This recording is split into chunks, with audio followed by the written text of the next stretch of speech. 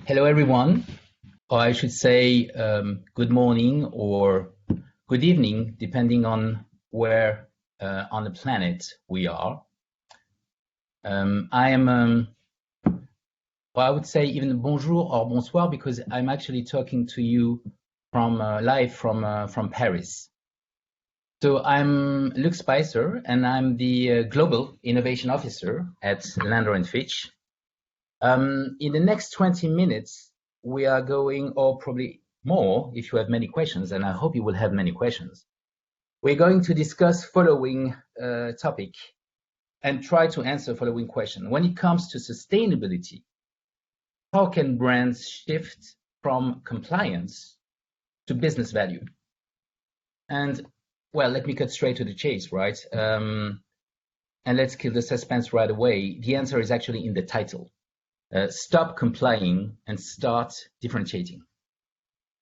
When it comes to sustainability, there are actually three main big challenges.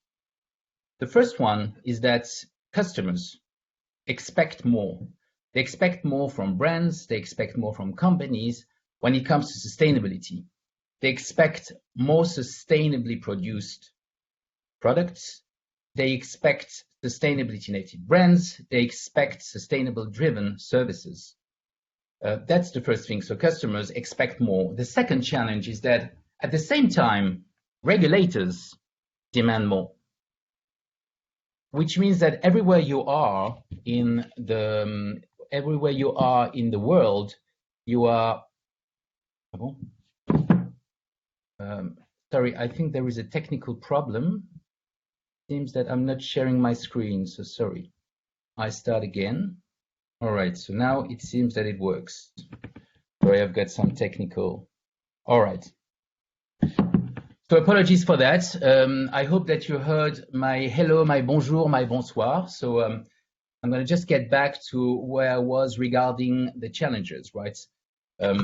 So the big challenges when it comes to sustainability, I was saying customers expect more for brands and companies when it comes to sustainability. The second thing is that regulators demand more as well. So everywhere in the world, regardless of where you are, in most of the countries, regulations will, when it comes to sustainability, will be tougher and tougher.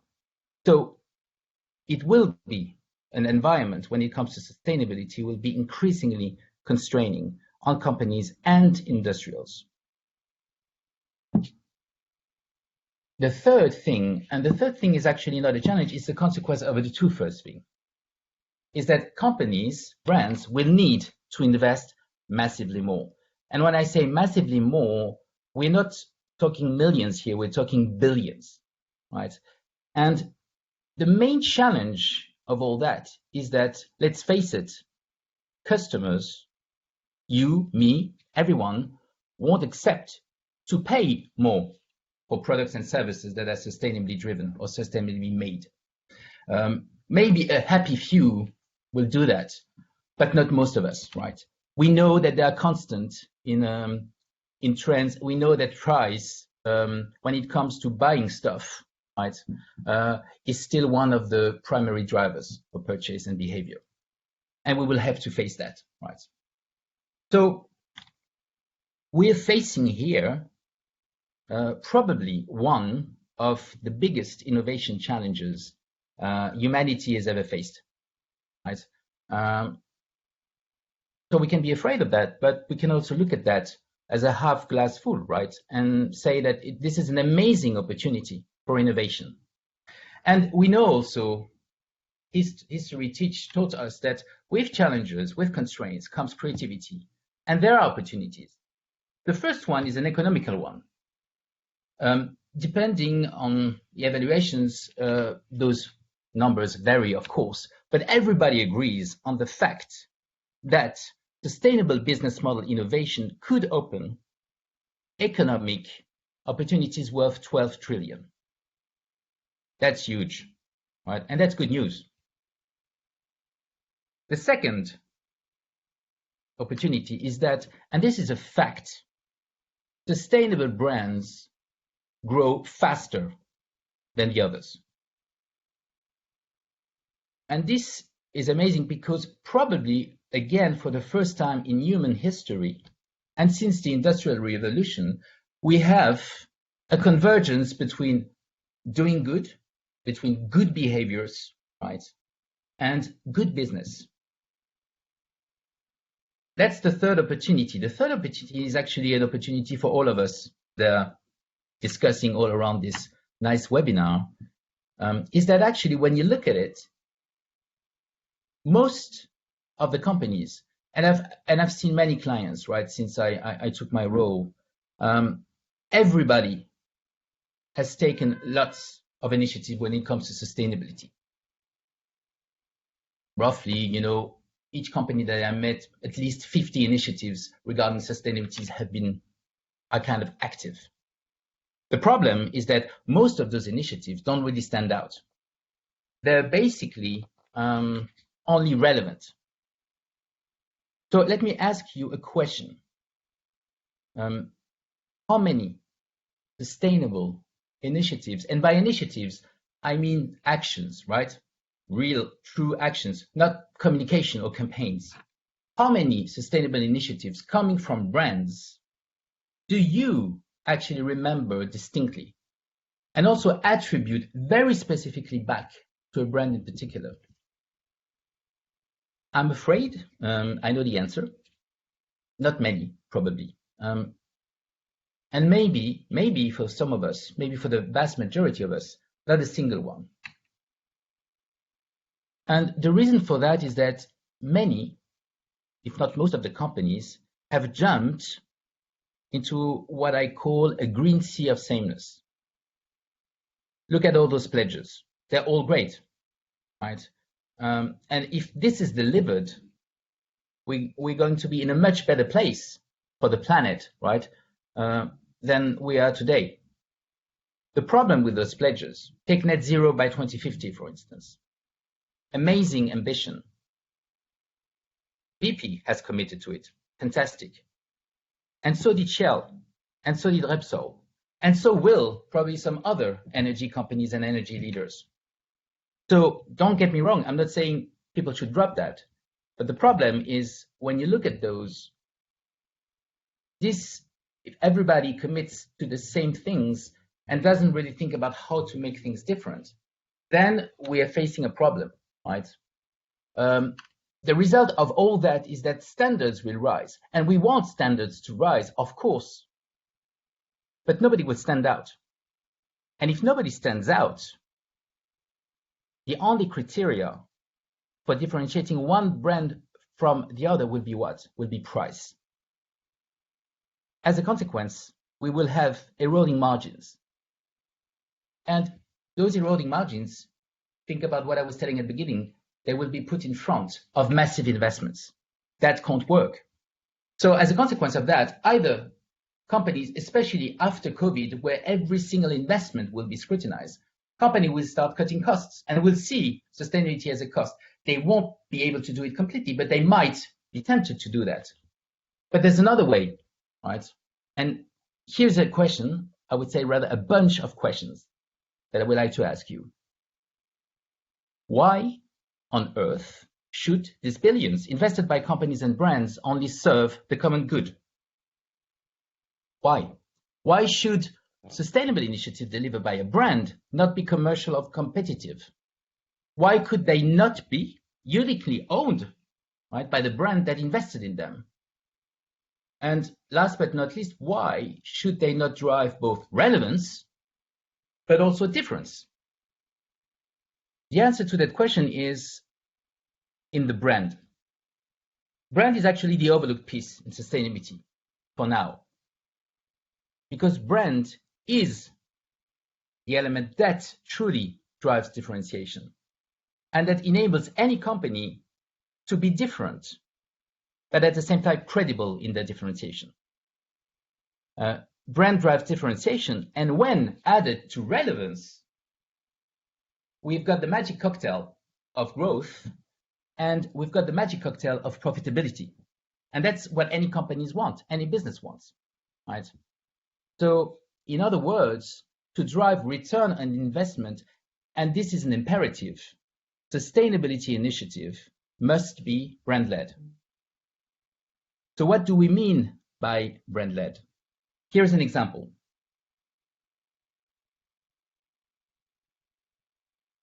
This is a work and project and a client we've been working for like over the last, let's say, 3 years at Landor&FITCH, and it's the International Volleyball Federation. Well, as you might imagine, the budget of the International Volleyball Federation, despite it's the most watched sport during the Olympics, has nothing to do with the one of FIFA, for instance, right? So when it comes to do a brand, and even more precisely to act for good, how can you make sure that what you do as a federation is really ownable? So the return of investment when you've got a low budget is even more important, right, than ever. So we started when we worked with the FIVB to completely rebrand volleyball at global scale, right? And the brand idea we came up with is to celebrate everything that volleyball was made of. And volleyball, if you don't like or play volleyball here, please join the movement, because it's amazing sport.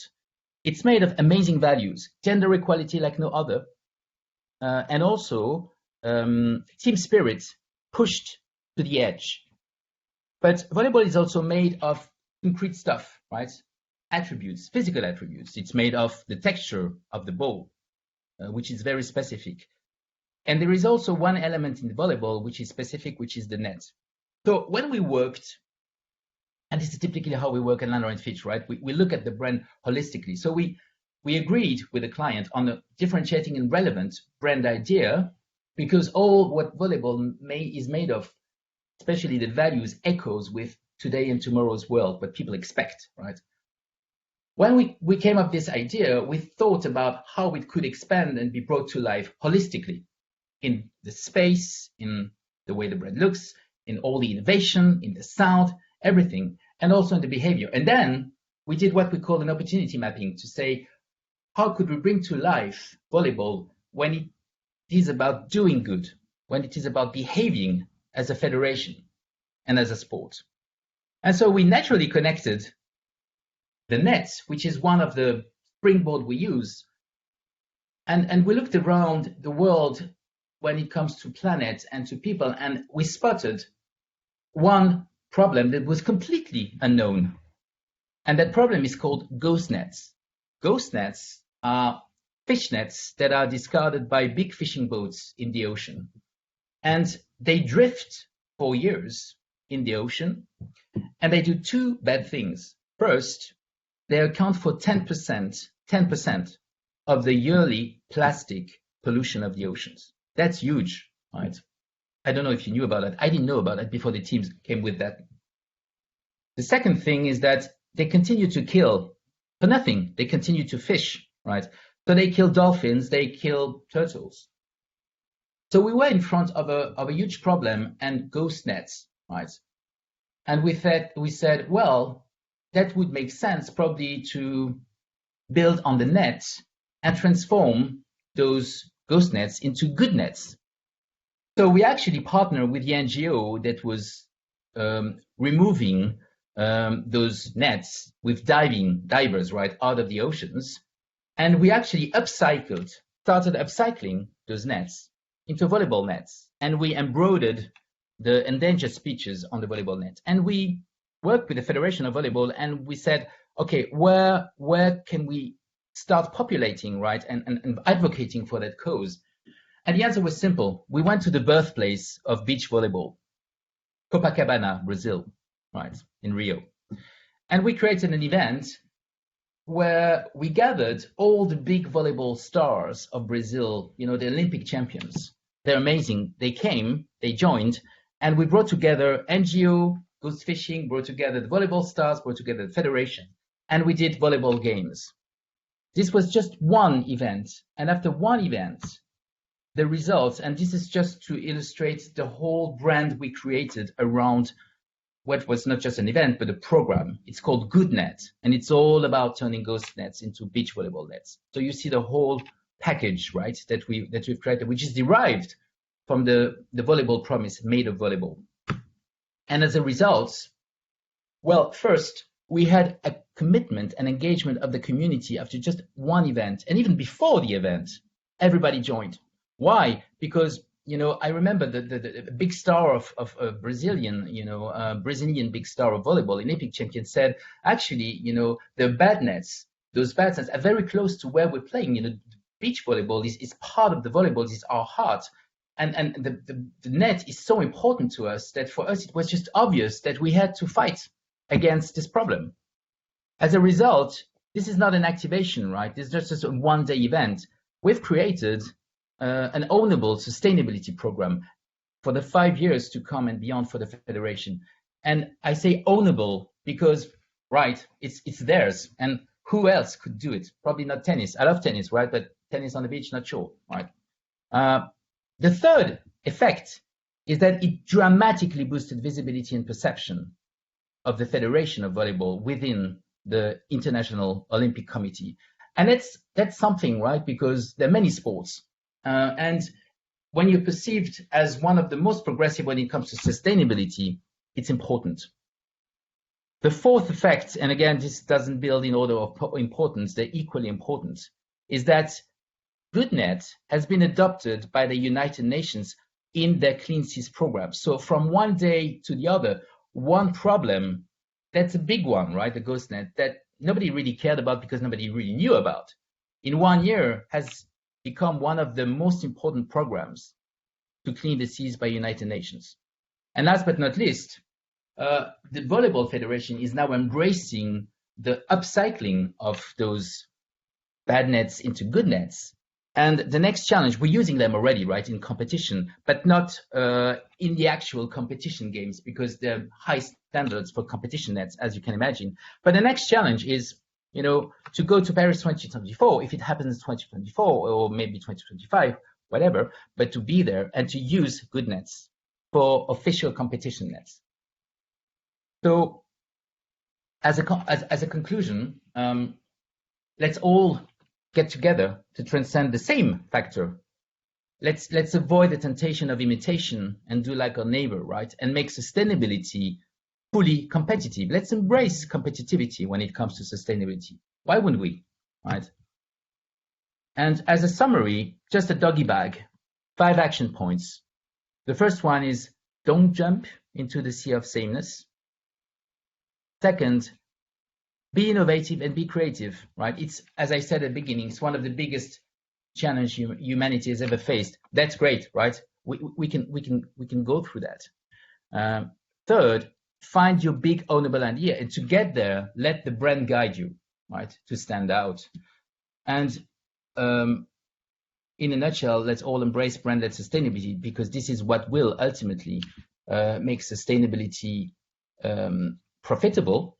And it's good to be profitable, and ultimately boost the business of the brands that are embracing it, and as a consequence also have a huge positive consequence on the planet and on the people. Thank you for all your great questions, and we will definitely follow up with all the additional questions and do a follow-up. And don't hesitate, of course, to reach out, right? If you want to have a deeper conversation and a more specific conversation about the things and the exciting things we've shared. So thank you very much, and au revoir, as we say in French, and it works whether you are in China or in the US. Take care.